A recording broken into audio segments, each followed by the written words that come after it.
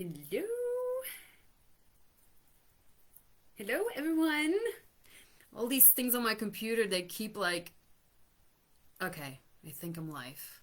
Oh my God, my computer, my video is so bad.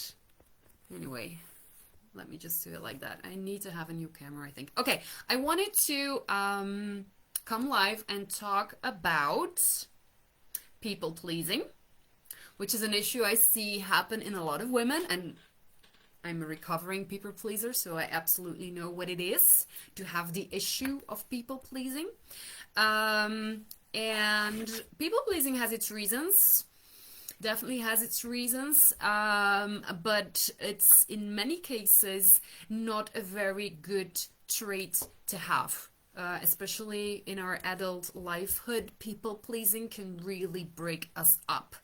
And I want to talk to you about how people pleasing actually becomes a part of us and what you can do about it to change it. But for that, I first want to explain to you on how our mind works, especially how the conscious and the subconscious mind work. So I don't know what your knowledge is around the fact of a conscious and a subconscious mind, but I'll just talk about it, and you take away what you want to take away. The conscious mind is the mind that is your. It's like if you would compare it to a computer, that would be like your processor. So your conscious mind is the mind with which you think. You solve problems. It's also the mind with which you worry. It's like the brain that you use. I can use my mind now to talk, to remember stuff, that's the conscious mind. And then you have the subconscious mind, and the subconscious mind is it's like your storage device. It's like a really huge storage device that has stored a lot of the data and the experiences that you've lived through up till now.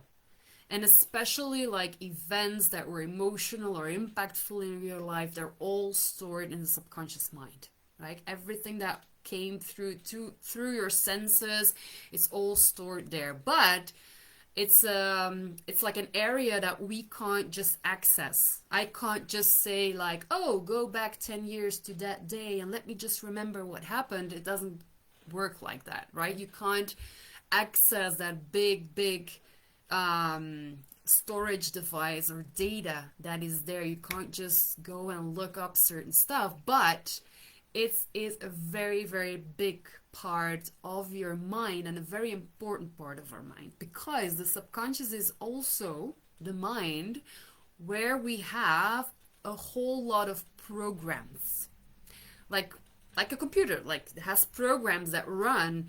Our subconscious mind has programs that we have written and that run our life or run parts of our lives. And so just to make this really comprehensive, I'm just going to give some examples that will make it easy to understand. Like, for instance, I think everyone who's watching this is probably driving a car, right? So when you go back and you remember the first time that you had to drive a car, even the first months that you had to drive a car, it was exhausting. It was like almost an impossible mission, because you would be in this car and you would really have to think consciously on how to drive that car. You would have to think about, steering the wheel, using your foot on the right pedal, and then at the same time using the gear and, braking or giving gas just at the right moment. And then, oh my God, I have to use my, how do you call it? To point the direction. So there's a lot of things you have to do, and at the same time you have to mind the road, you have to see that you don't bump into stuff, you have to make sure that you stay between the lines. I remember that the road seemed so narrow. I always felt like the car was bigger than the road I was on. I was almost like, oh my God, I have to stay between the lines. There was so much to think about because this is new. So you have to consciously think about what to do, and you have to start like putting it all together, like really learning how to drive the car. So at the start, it's very exhausting. It takes a lot of your effort because you're doing it here in the conscious mind. You have to think about it. But what happens after a while, and it's like I can't even remember when that was, but at a certain point of time, it starts to become automated. It starts to become like, oh, I just get in the car and I start the car, and all of a sudden I don't really have to think about it anymore. I put the car in first gear and I just take off, and all of a sudden my hands are just like shifting gear and my foot is doing what it has to do, and I don't have to think about it consciously anymore. So this is the moment that you have written a program in the subconscious mind. And how have you done that? Because you've repeated something so many times that all of a sudden your mind's going like, oh, this seems to be something that we'll have to do every time we get into a car, especially when you're behind the driving wheel. Oh, let me just make this more efficient. Let me make a program out of this and put it in the subconscious mind, and then you don't have to think about it anymore. Let me just take over. So at a certain point of time, your subconscious mind actually takes over and drives the car. And you're actually not thinking about it. You're just doing it. And it's your subconscious mind is going like, oh, this is happening, so now you have to do this, and let me just move your muscles, and let me just, and you don't think about, think about it. You don't think about, oh, now I have to do this. It just goes automatically, right? Very easy, very handy. It's a magnificent part of our brain because now we can use our conscious mind to focus on other stuff. Now when we're driving, we can think about what we're going to do, or we can call someone, and we don't have to think about driving the car. And so the same applies, for example, to the road that you take, example, from your house to your work. Same thing. It's like when you drive your work to your work, 5 or even less, doesn't matter, like certain days in the week you drive to work, it's always the same road that you take. After a while, when you start that job, your mind's gonna go like, oh, you get in the car in the morning, you take that turn, I gotcha. You're going to work. And you've done this like now, I don't know, 20, 30 times. I know where you're going. I know the way. Let me take over. And you don't even have to think about what turn to take. You don't think about it. You just drive to work, and there's no thinking involved. You can call someone while driving. The driving goes itself because you have the drive program, and the road goes by itself because you have a program. You know the road. You don't have to think about it, right? And so you probably have had this too, like all of a sudden when there has to be a change. So when I had my first daughter, I had my job, and I had my road to my job and to my work, and all of a sudden there was this baby girl. And all of a sudden my road to my job had a little detour because I had to stop at the kindergarten and put my daughter in kindergarten. And so there have been several times that I was already almost on the highway to Brussels to my work, and I was like, oh, there's still a baby on the back seat. I forgot to put her off in kindergarten.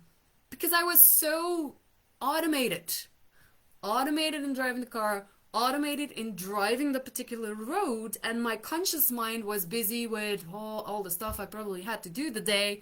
I wasn't really consciously watching what I was doing, and all of a sudden I'm almost at work, and my daughter's still in the back seat. I would go, oh, okay, turn around, go to kindergarten, put the baby off. And so I had this several times, and what happened is I was always like, oh, again, I forgot it. So I had to interrupt the program, consciously take over, and they were like, no, that's not the road, let's go back.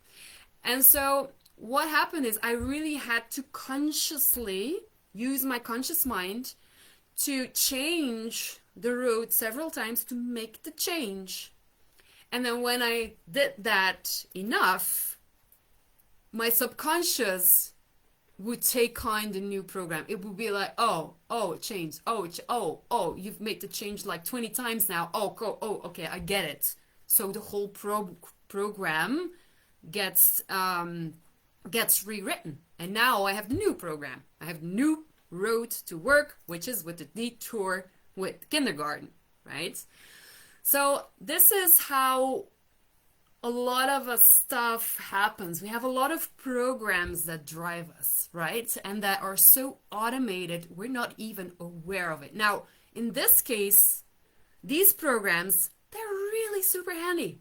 I mean, it's super easy because that's fine. I drive to work. I don't have to think about it. I don't have to think about the road. And in that time, I can use my mind to do other stuff. Great. By the way, like if you would drive somewhere and you've never been there before and you have to follow your navigation, try calling someone. Try have a call with a friend and have a conversation. Either you won't be able to focus on the conversation or you will not be following the navigation because you can't do the two things together, right? So because that program is not there, you haven't automated it. So you can't and call someone and follow a different route. And it's like, it just doesn't work. So it's really handy to have these programs. They help us navigate life much more efficient and effective. But how does people pleasing come in? So people pleasing is actually just like the car program and the road program. It's a program, right?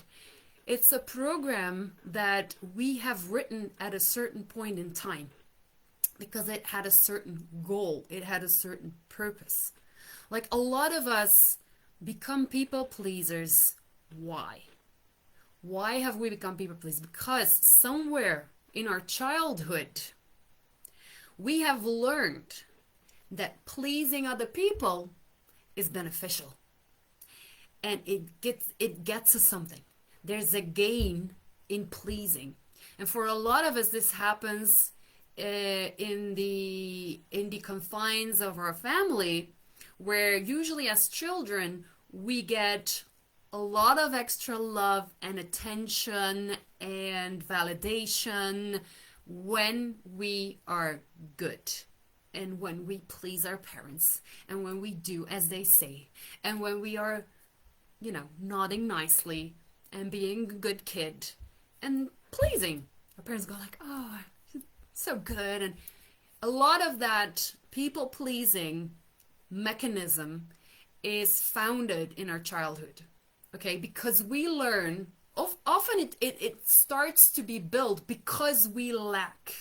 Because as a child, we lack attention. We lack love. We're feeling not loved, not validated, not seen. We feel like we don't belong. Okay? We have a certain lack, and then we go like, how can I change this? How can I feel more loved? How can I feel more connected? How can I feel like I belong more? Oh, wait a minute.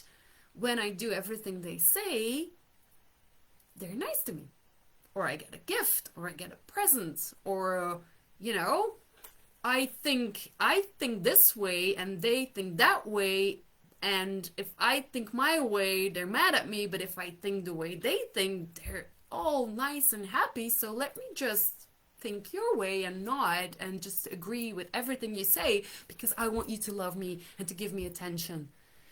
And so as a child, we start doing these behaviors. We start applying these techniques to draw in attention, to draw in love, to feel like we belong and to feel good. And we start to please and say yes and do things that are actually not aligned with what we feel deep down, or are not aligned with who we really are. But we're like, whatever, I just want to be loved. I just want to receive attention. Let me just say yes to everything you ask me.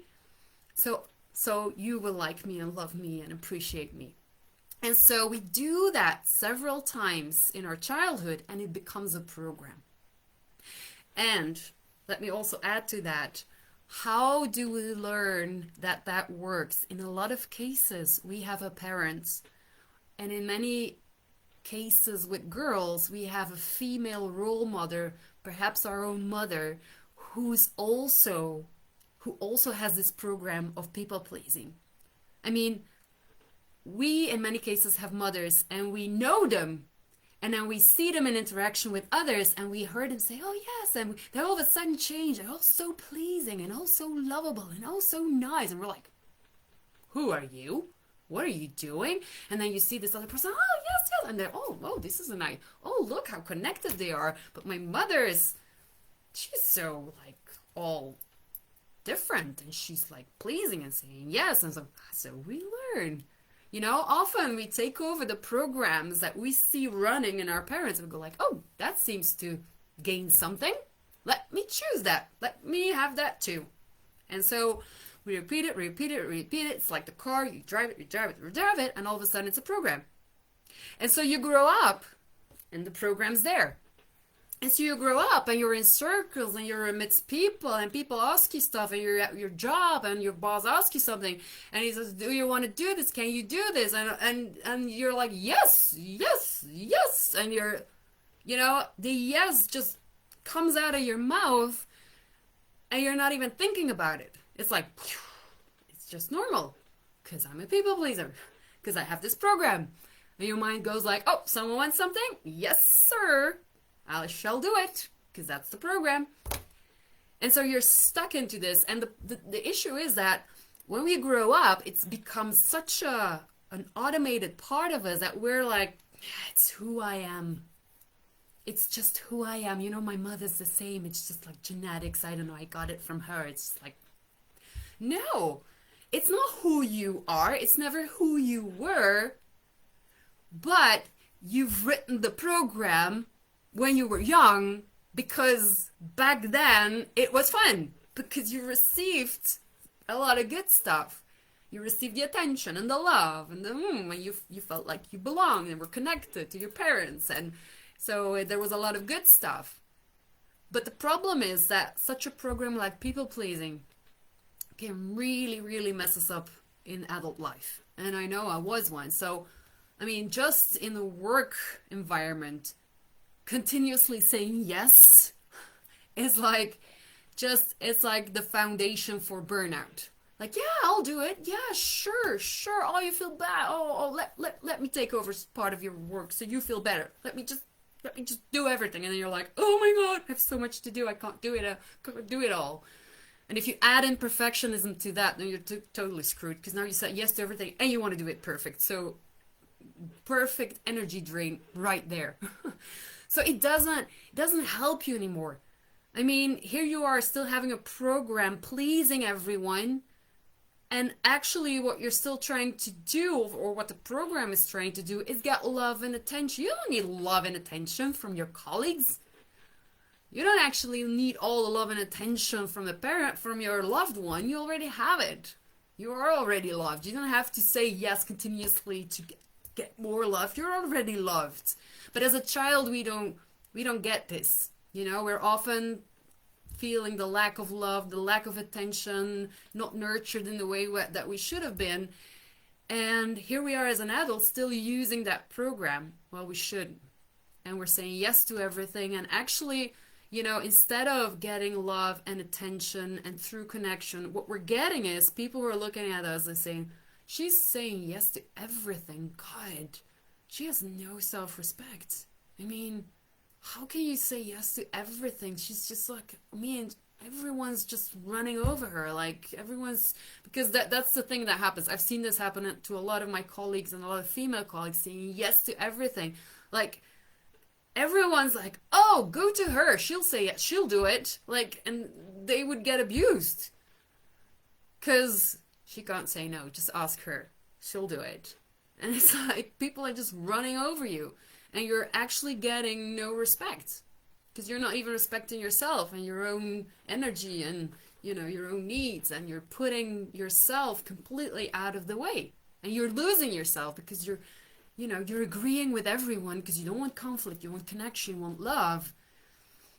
And you're losing yourself completely. So people pleasing is really devastating, especially at a later age. While as a child it really helped us, it doesn't help us anymore in later life. But the thing is, and the point I want to make is, people pleasing is a program. It's a program that you've written and you haven't rewritten it yet. And as long as you haven't rewritten it, it just keeps running you. You have the automated yes coming out of your mind, out of your mouth all the time. So, and you'll find yourself agreeing with someone while deep inside you're like, no, that's really not my opinion, but you know what? I'm just here to please you. And I'm actually like having this mask on because now nobody knows me because I'm agreeing with everyone and everyone's like, who are you? Who are you really? What's your opinion? Oh, I don't know. Just pleasing. And I know this because this has been me. But you can rewrite the program. Remember what I had to do when I drove my car to work and I had all of a sudden I had my baby girl. I had to rewrite the program. I had to rewrite the program. How did I do that? By consciously intervening, by using my conscious mind and noticing, like being on alert. Like when I would get in my car to drive to work and go like, okay, this is not gonna happen now because I'm here. I'm here. I'm aware. I'm driving. Here's the crucial point. I take my turn right instead of driving, straight ahead. And now I'm rewriting, I'm rewriting the program. So the same in people pleasing, you can change that by a lot of conscious effort. Like understanding, like, when am I pleasing? When is this program starting? When someone asks me a question, can you do this? And like the program's like, yeah. And the program's like, yes. And you go like, you can consciously pay attention when this program kicks in, and when there's like the spontaneous yes coming up, you can be like, no. But you need to be conscious, because otherwise, if you are here and you're everywhere and you're not paying attention, your program is just going to run itself. So you really need to consciously go like, wait a second. Let me think about this. Do I really want to do this? No. And you rewrite the program. So and you have to, of course, do that again and again and again and again and decide on what is it that I want and what is it that I don't want to do. Where am I pleasing? Where am I not pleasing? And really consciously take over. And a few years ago, I noticed myself, again, pleasing on like network events. And I would find myself going to these network meetings that were held at 6 o'clock in the morning. Because people asked me and they invited me. I was like, yes, yes. And then I was like, 6 o'clock in the morning, I have to get up like at 5. I'm not a morning person, not at all. The only time I want to wake up at 4 or 5 in the morning is when I have to catch a plane to go on a holiday. That's the only moment I love getting up at 4 or 5, but not for a network event. But I heard myself say yes, and then I would end up in this network event having to get up early in the morning. I would go like, why am I doing this? I don't want to do this. I like networking, but not at 6 o'clock in the morning. It has nothing to do with the people or the formats. It's just who I am. It just doesn't match with who I am. It doesn't match with my energy. And so I went through this 2 times before I noticed it, and I was like conscious about it. And then even the 3rd time, someone invited me, and I was like, yes. And then I noticed the yes, and I was like, oh, no, wait, no. I'm sorry. That yes came too quickly. No, I'm gonna pause, because really that whole morning thing, it doesn't work for me. Very, very thankful for the invitation. Thank you for wanting to have me, but this is just not me. And so I interfered, and I took some step back and went like, do I want this? No, I don't want this. This doesn't feel like me, and it's okay. It's okay to be me. And then I said the no, and I didn't please. And so that's how you start changing yourself. That's how you start changing the patterns. And all of a sudden, your subconscious mind starts to learn like, oh, you're interfering with the program. So you want to change something. Okay. And then it will learn as to what it is that you want. And that, it will start to eventually understand what it is that's a yes and a no, and it will start to know, you know, what you want. But you need to interfere. And the point I want to make is, do not conclude that people pleasing is something that you are and that you can't change. It's just a subconscious program, just like any other program, just like driving the car, having a certain route that's programmed. It's just a program, and you can change it. It does take effort. It does take conscious effort, and it takes repetition. Because you need to repeat it the same way you had to repeat it a lot in the car driving before your subconscious was like, oh, I get it now. It needs to get it, and for it to get it, you need to repeat it like a lot of times before it will make the changes. So so you can do the conscious effort, definitely, you know, intervene, be aware, be alert of when it happens, and then interfere and change the route. What you can also do, and this is what I use with a lot of my clients, because a lot of clients come to me with issues. They self-sabotage, they are not being 100% themselves, they don't want to be visible, or they feel like there's a break inside of them, or this is when we start to investigate it, there's always somewhere there's a program that has been written and that is keeping them from what they want to do. And then it's a matter of changing that program. I mean, it's not even rocket science, but this is something that is so unknown but very important. And this is why I'm sharing this, so you know. Okay, so what I do with a lot of people, they come, and what I do with them is I go look for the programming. And like, often it is also a belief system that you know, also impacts you. There's like stuff here that drives you, and you're not even aware of it, and we need to interfere and change it in the subconscious. And so what I do is I use hypnosis during my sessions. Okay, so when clients come to me and they go like, I don't know what's going on, but this is my issue. I'm not letting myself seen. I don't know, is it a fear of being seen? I don't know what it is. I feel like I can't go 100%. I'm procrastinating, I'm self-sabotaging, and I don't know what it is. We go, okay, let's go and look. Let's go and look what is there that is stopping you. And it's usually a program that we need to shift. And I use hypnosis. Why do I use hypnosis? Because hypnosis, and it's not, a lot of people, when you talk about hypnosis, they think about the stage hypnotists who let people do all the funny stuff, which is totally not what it is. And it's very annoying for a lot of people using hypnosis in their sessions, because it draws a completely wrong picture. What hypnosis is actually, it's bringing people like in a deep relaxation. Bringing people in a deep relaxation, and actually like trying to push away the conscious mind. And what happens in hypnosis is you go into this kind of state, and it's not like you go somewhere else, or you're all of a sudden in some weird place. You're not, but it's like you go inside of yourself, and your conscious mind is kind of like not in the picture. And it's more like you go deep inside of yourself, more in your body, more in your feelings. Like, it's not really, you know, in the thinking mind, but more like in the feeling body kind of thing.